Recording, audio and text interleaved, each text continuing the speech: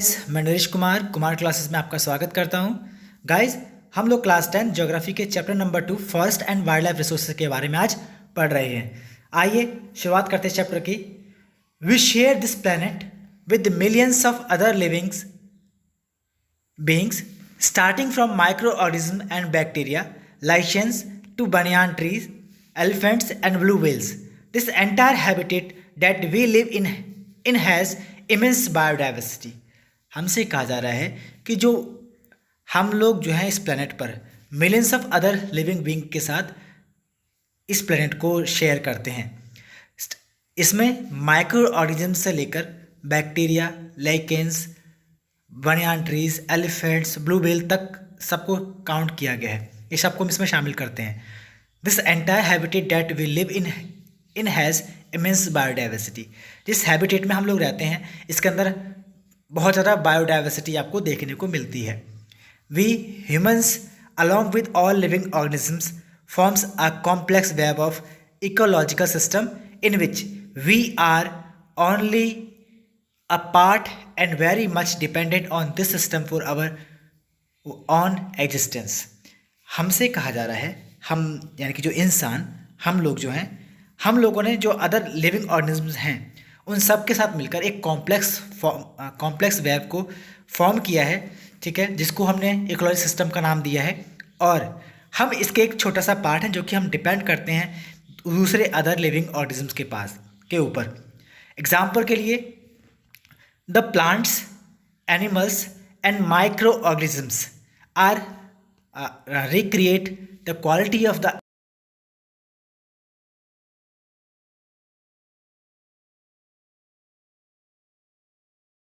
we cannot survive। हमसे अब आगे कहा जा रहा है कि एग्जाम्पल के थ्रू हमें बताने की कोशिश की जा रही है कि जो प्लांट्स, एनिमल्स और जो माइक्रो ऑर्गेनिज्म्स होते हैं ये रिक्रिएट करते हैं क्वालिटी ऑफ एयर को, जिसको हम ब्रेथ करते हैं। ये वाटर की जो क्वालिटी है उसको साफ़ करता है, जिसको हम ड्रिंक करते हैं। और जो सॉइल है जो हमारे फूड को प्रोड्यूस करती है, इन सब को जो है रिक्रिएट करने का काम जो है प्लांट्स और एनिमल्स और माइक्रो ऑर्गेनिजम्स करते हैं। और इन सब के बिना, चाहे वो एयर हो, चाहे वाटर हो, चाहे सॉइल हो, इनके बिना हमारा सर्वाइवल पॉसिबल नहीं है। Forest play a key role in the ecological system as these are also the primary producers on which all other living beings depend। कह रहे हैं जो फॉरेस्ट हैं वो की रोल प्ले करते हैं इकोलॉजिकल सिस्टम के अंदर। क्यों? क्योंकि ये प्राइमरी प्रोड्यूसर्स होते हैं और ये इनके द्वारा जो भी फूड बनाया जाता है उस पर जो अदर लिविंग बींग्स हैं वो डिपेंड करते हैं। अब यहाँ पर हमारे पास एक वर्ड आया था बायोडाइवर्सिटी। हम उसको एक बार देख लेते हैं कि बायोडाइवर्सिटी क्या होता है और बायोडाइवर्सिटी से हम क्या समझते हैं। बायोडाइवर्सिटी और biological diversity is immense, rich in wild life and cultivated species, diverse in form and functions but closely integrated in a system through multiple networks of interdependences. ये कह रहे हैं बायोडाइवर्सिटी या जो बायोलॉजिकल डाइवर्सिटी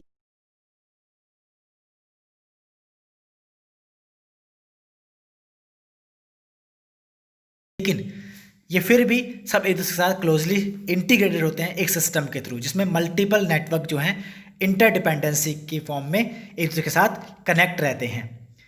अब आगे देखिए, हमारे पास कह रहे हैं फ्लोरा एंड फौना के बारे में थोड़ा सा बता रहे हैं। फ्लोरा एंड फौना क्या होता है? Flora and fauna, if you look around you will be able to find that there are some animals and plants which are unique in your area. In fact, India is one of the world's richest countries in terms of its vast array of biological diversities and has a nearly 8% of the total number of species in the world, estimated to be 1.6 million। ये कह रहे हैं हमसे, flora and fauna के बारे में हमें बता रहे हैं।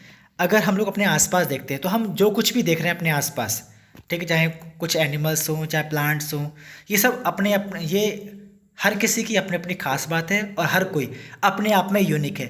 और जो भी प्लांट्स या ऑर्गेनिज्म हम अपने आसपास देखते हैं, हो सकता है वो कुछ दूसरे एरिया में जाकर हमें वैसे दिखाई ना दें।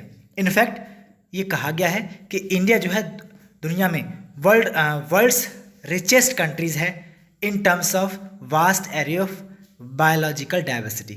बायोलॉजिकल डाइवर्सिटी के बारे में बाकी संदर्भ में अगर हम बात कहें तो इंडिया जो है वर्ल्ड्स रिचेस्ट कंट्रीज़ में से एक है, जहाँ पर डाइवर्सिटी बहुत ज़्यादा देखने को मिलती है। और लगभग बता भी रहे हैं कि लगभग दुनिया के जो 8% स्पीसीज़ हैं वो हमारे देश में ही देखने को मिलती हैं, और इनकी संख्या लगभग 1.6 मिलियंस तक बता रही है। दिस इज़ पॉसिबल ट्वाइस और thrice the number yet to be discovered. और ऐसा भी हो सकता है, ऐसी संभावना भी है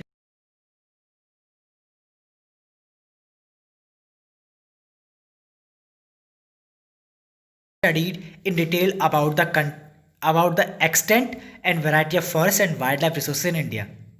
आप लोगों ने पहले से ही पढ़ा हुआ है वाइल्ड लाइफ जो रिसोर्सेज हैं और जो वैरायटी ऑफ रिसोर्सेज हमारे इंडिया के देखने के अंदर मिलते हैं उनके बारे में। You may have realise the importance of these resources in our daily life. आप इस बात को रियलाइज़ भी कर सकते हैं कि जितने भी रिसोर्सेज हैं इन सभी की हमारी लाइफ में कितनी ज़्यादा इम्पॉर्टेंस है। These diverse flora and fauna are so well integrated in our daily life that we take these for granted।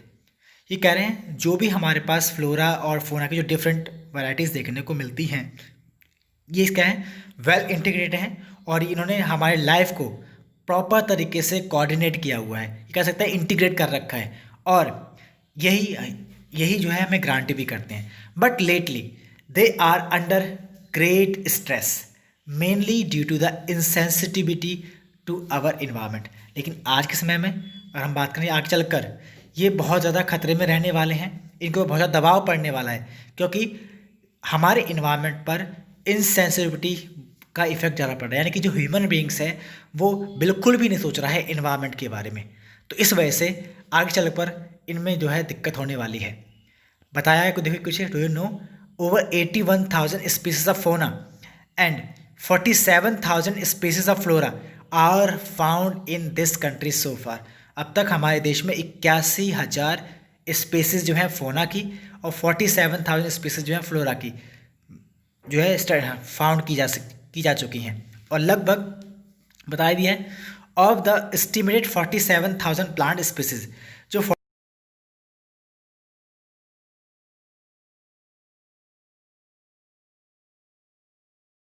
और फ्लावरिंग स्पीसीज आर एंडेमिक। कह रहे हैं इनमें से जो प्लांट स्पीसीज लगभग 15,000 फ्लावरिंग स्पीसीज वो एंडेमिक हैं, इंडिजिनस हो चुकी है इंडिया के अंदर, यानी कि वो ख़त्म होने की कगार पर है या ख़त्म हो चुकी हैं। Some estimates suggest that at least 10% of the India's recorded wild flora and 20% of its mammals are on the threatened list. एक जो एस्टीमेट है वो हमें बताता है कि इंडिया में लगभग 10% तक जो रिकॉर्डेड वाइल्ड फ्लोरा है और लगभग 20% जो मैमल्स हैं वो खतरे के निशान पर हैं, खतरे की सूची में हैं। Many of these would now be categorise as critical that is on the verge of extinction, like the cheetahs, pink-headed duck, mountain quail, forest spotted owlet, and plants like Maducha insignis।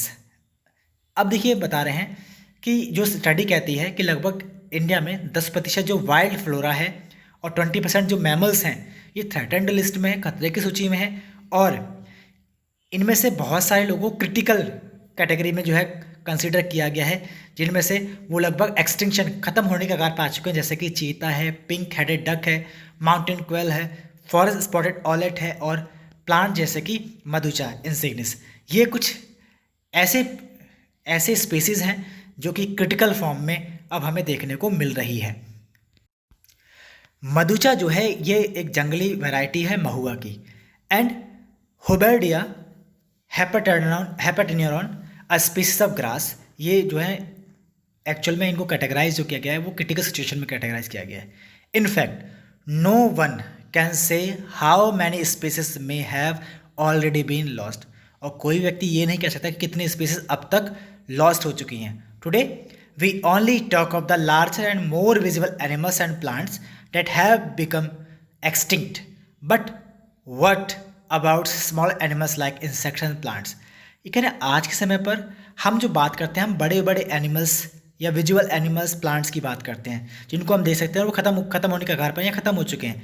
लेकिन उन animals का क्या, उन insects and plants का क्या जो कि बहुत छोटे साइज़ के हैं, उनके बारे में हमें बिल्कुल भी आइडिया नहीं है कि वो कितने रहे होंगे और कितने वो लॉस्ट हो चुके हैं।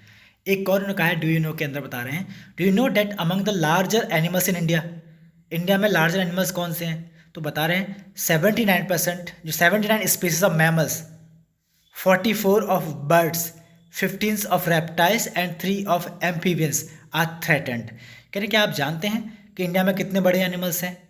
और क्या आपको पता है कि 79 स्पीसीज जो है मैमल्स की, 44 स्पीसीज बर्ड्स की और 15 स्पीसीज रेप्टाइल्स और 3 स्पीसीज जो है एम्फीबियंस की थ्रेटेंड हैं, खतरे के निशान पर हैं। Nearly 1500 plant species are considered endangered, लगभग 1500 प्लांट्स स्पीसीज जो हैं वो खतरे की सूची में हैं। फ्लावरिंग प्लांट्स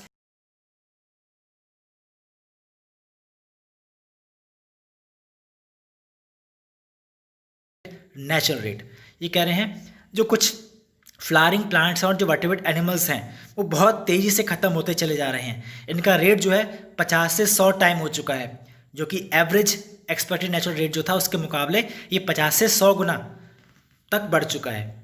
अब एक पॉइंट दिया उन्होंने, वैनिशिंग फॉरेस्ट।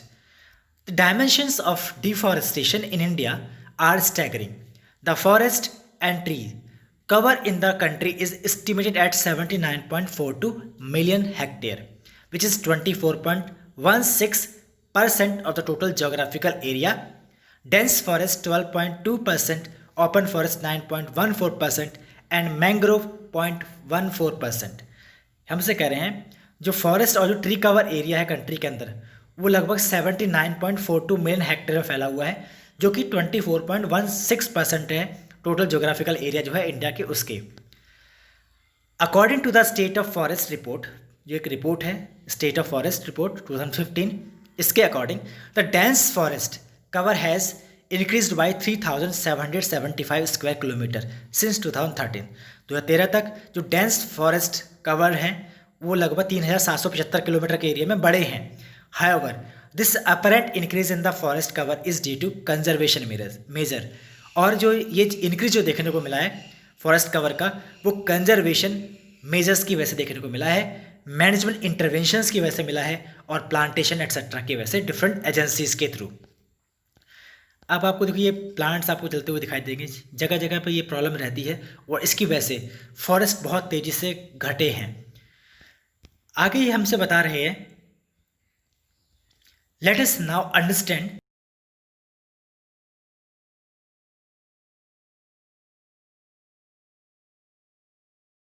जो कि एग्जिस्टिंग प्लांट्स हैं और एनिमल्स स्पीसीज हैं। Based on the international union for conservation of nature and natural resources ICUN, we can classify as, कह रहे हैं कुछ प्लांट की कैटेगरीज या कुछ एनिमल्स की कैटेगरीज को IUCN के द्वारा कुछ कैटेगरी बनाकर डिवाइड किया गया है, जिनको अब हम आगे चलकर पढ़ेंगे। ठीक है, आज के लिए फिलहाल इतना ही, और जो कुछ भी अब अगला जो आगे लगा टॉपिक जो है उसको हम नेक्स्ट लेक्चर में पढ़ेंगे। ठीक है, thank you, have a nice day.